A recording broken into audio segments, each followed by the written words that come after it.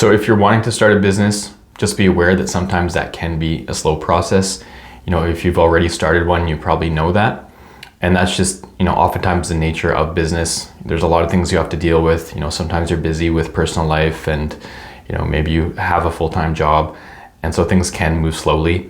Even when it comes to the actual formal setup of the business, like getting the business registered and getting a business license and insurance and a bank account, those things can take time. Especially if you are renting a facility and you need to do some renovations on that, or you need to apply for certain permits or things like that, it can take a while to get set up. Now, I know this can be frustrating, and I've had clients before that are kind of frustrated with the length of time it takes to really get their business going because, they're motivated, they want to start right away, they want to start making sales and dealing with customers and clients, but they can't because there's holdups with the facility, with the insurance, with the business registration, with the business license, whatever it may be. So in this video, I'm just going to address how you can speed up that process a little bit. The first one is obvious, and that's just be prepared. Be aware of what you need to do to get the business started and do it in the right order so that you can avoid those delays. Be aware of things like you're probably going to need insurance if you're leasing out a commercial space, and you're going to have to get a city business license in order to operate a business in your municipality. It could be a town business license, but you'll also want a bank account and you'll probably want an insurance policy. So be aware of what you need to start the business.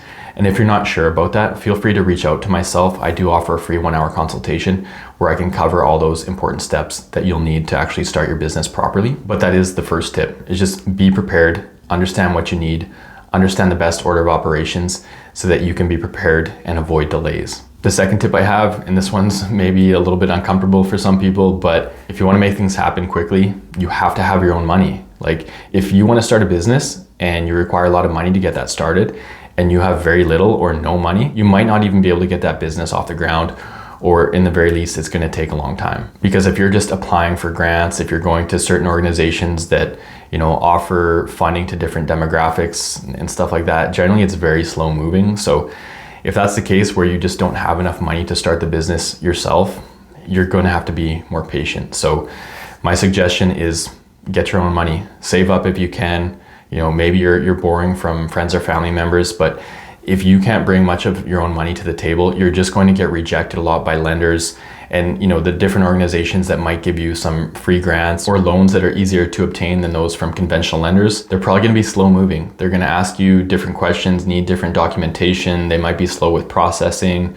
The person you're dealing with might need approval from multiple layers of management. So either be patient or be very prepared and have your own money. Unfortunately, that's just the truth of the situation. Now, if you don't have your own money and you really don't need that much to get the business started, in that case, rather than going for like a business loan through a conventional lender, sometimes it makes sense just to get a line of credit, a personal line of credit, and use that to get started, because that'll be a lot quicker, especially if you only need $5,000 or $10,000.